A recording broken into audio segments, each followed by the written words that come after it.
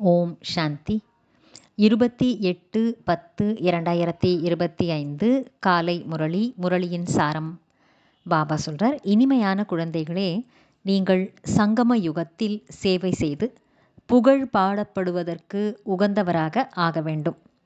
பிறகு வருங்காலத்தில் புருஷோத்தமராக ஆகிவிடும் பொழுது நீங்கள் பூஜைக்குரியவர்களாக ஆகிவிடுவீர்கள்.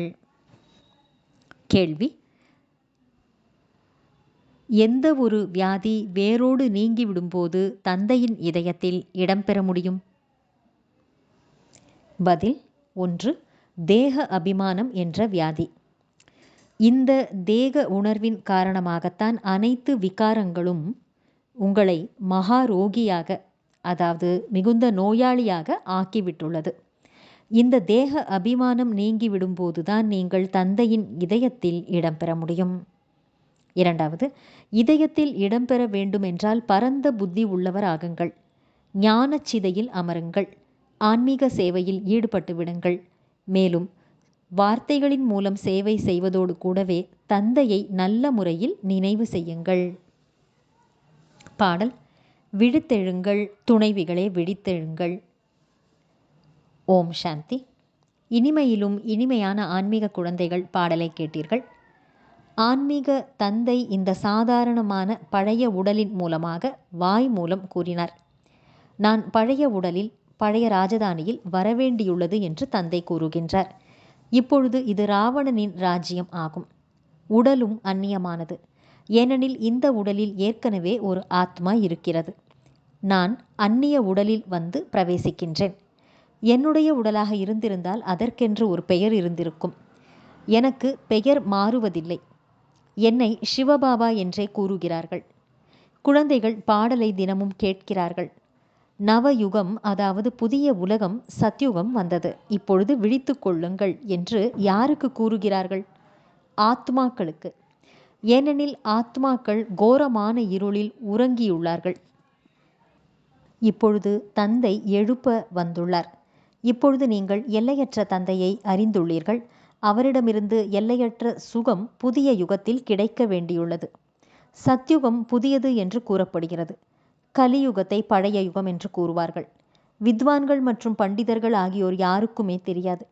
புதிய யுகம் பிறகு எவ்வாறு பழையதாக ஆகிறது என்று யாரிடம் வேண்டுமானாலும் கேளுங்கள். யாராலும் பதில் சொல்ல முடியாது. இதுவோ லட்சக்கணக்கான வருஷங்களின் விஷயமாகும் என்று கூறுவார்கள். நாம் புதிய யுகத்திலிருந்து மீண்டும் எப்படி பழைய யுகத்துக்கு வந்தோம், அதாவது ஸ்வர்க்கவாசியிலிருந்து எப்படி நரகவாசியாக ஆனோம் என்பதை இப்பொழுது நீங்கள் அறிவீர்கள். மனிதர்களோ இதை எதையும் அறியாமல் உள்ளார்கள். யாருக்கு பூஜை செய்கிறார்களோ அவர்களுடைய வாழ்க்கை மற்றும் சரித்திரத்தை பற்றி எதுவுமே தெரியாது. எப்படி ஜெகதம்பாவிற்கு பூஜை செய்கிறார்கள்? இப்பொழுது அந்த அம்பாள் யார் என்று அவர்களுக்கு தெரியாது. அம்பாள் என்று உண்மையில் தாய்மார்களுக்கு கூறப்படுகிறது. ஆனால் பூஜையோ ஒருவருக்குத்தான் நடக்க வேண்டியுள்ளது. சிவபாபாவுக்கு கூட ஒரே ஒரு கலப்படமற்ற நினைவார்த்தம் உள்ளது. அம்மாவும் கூட ஒருவரே ஆவார். ஆனால் ஜெகதம்பாவை அறியாமல் உள்ளார்கள்.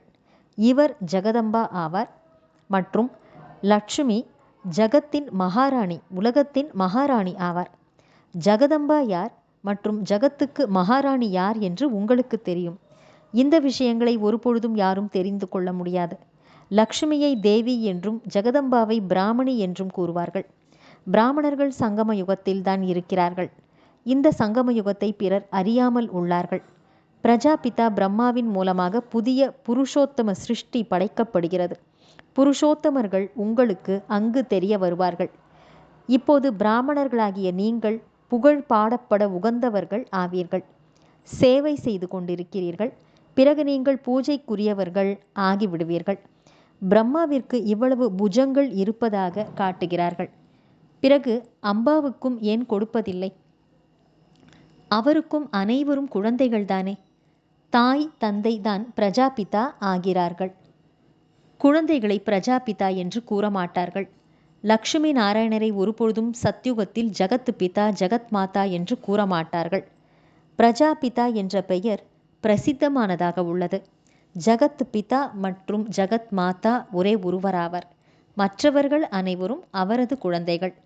அஜ்மீரில் பிரஜாபிதா பிரம்மாவின் கோயிலுக்கு சென்றார்கள் என்றால் பாபா என்று கூறுவார்கள். ஏனெனில் அவர் இருப்பதே பிரஜைகளின் தந்தையாக.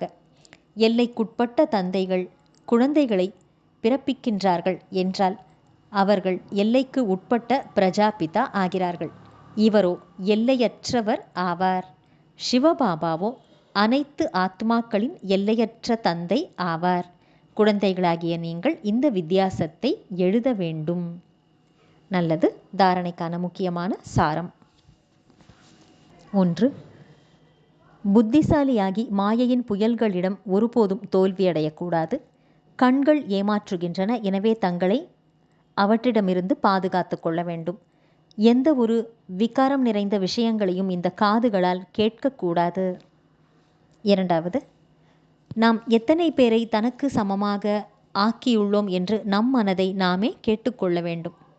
மாஸ்டர் பதீத பாவனி ஆகி அனைவரையும் தூய்மையாக ராஜராஜேஸ்வரராக ஆக்கும் சேவையை செய்து கொண்டிருக்கிறோமா? நம்மிடம் எந்த ஒரு தீய குணமும் இல்லையே. தெய்வீக குணங்களை எதுவரை நமக்குள் தாரணை செய்திருக்கின்றோம்? இந்த கேள்விகளை தனக்குத்தானே கேட்டுக்கொள்ள வேண்டும். வரதானம். ஒவ்வொரு எண்ணம் மற்றும் செயலை சிறந்ததாகவும் பயனுள்ளதாகவும் ஆக்கிவிடக்கூடிய ஞான சொரூபமான புத்திசாலி ஆகுக. விளக்கம். யார் ஞான சொரூபமான புத்திசாலியாகி அல்லது அறிவாளி ஆகி எந்த ஒரு சங்கல்பம் அல்லது செயலை செய்கிறார்களோ அவர்கள் வெற்றி மூர்த்தி ஆகிறார்கள். இதனுடைய நினைவு சின்னமாகத்தான் பக்தி மார்க்கத்தில் எந்த ஒரு காரியத்தையும் தொடங்கும் முன்னர் ஸ்வஸ்திகா சின்னம் போடுகிறார்கள் அல்லது விநாயகரை வணங்குகிறார்கள். இந்த ஸ்வஸ்திகா என்பது சுய ஸ்திதியில் நிலைத்திருப்பதற்கான அடையாளம் ஆகும். மற்றும் கணேசர் நாலேஜ்ஃபுல்லாக, கணேசர் என்பவர் ஞானம் நிறைந்த நிலையின் அடையாளமாக காட்டப்படுகின்றார். குழந்தைகளாகிய நீங்கள் சுயம் நாலேஜ்ஃபுல், ஞானம் நிறைந்தவர்களாக ஆகி ஒவ்வொரு எண்ணத்தையும் செயலையும் செய்கிறீர்கள் என்றால் உங்களுக்கு சுலபமாக வெற்றியின் அனுபவம் ஆகிறது. ஸ்லோகன். மகிழ்ச்சியே பிராமண வாழ்க்கையின் விசேஷத்தன்மை ஆகும். எனவே குஷியின் தானம் செய்து கொண்டே இருங்கள். நல்லது. இனிமையிலும் இனிமையான, காணாமல் போய் வெகு காலம் கழித்து தேடி கண்டெடுக்கப்பட்டுள்ள செல்லமான குழந்தைகளுக்கு தாயும் தந்தையுமான பாப்தாதாவின் அன்பான நினைவுகள் மற்றும் காலை வணக்கம். ஆன்மீக குழந்தைகளுக்கு ஆன்மீக தந்தையின் நமஸ்காரம். ஆன்மீக தந்தைக்கு ஆன்மீக குழந்தைகளின் நமஸ்காரம். அவ்யக்த சமிக்கை. தனக்காகவும் மற்றும் அனைவருக்காகவும் மனதின் மூலம் யோகத்தின் சக்திகளை பயன்படுத்துங்கள்.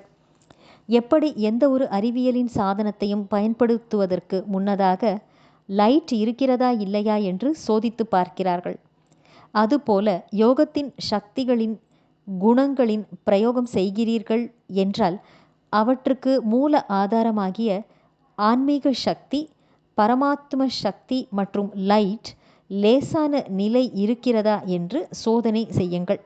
ஸ்திதி மற்றும் சொரூபம் டபுள் லைட்டாக, அதாவது லேசாகவும் ஒளி நிறைந்ததாகவும் இருந்து விட்டதென்றால் பிரயோகத்தில் வெற்றியை நீங்கள் மிகவும் சுலபமாக அடைந்துவிட முடியும்.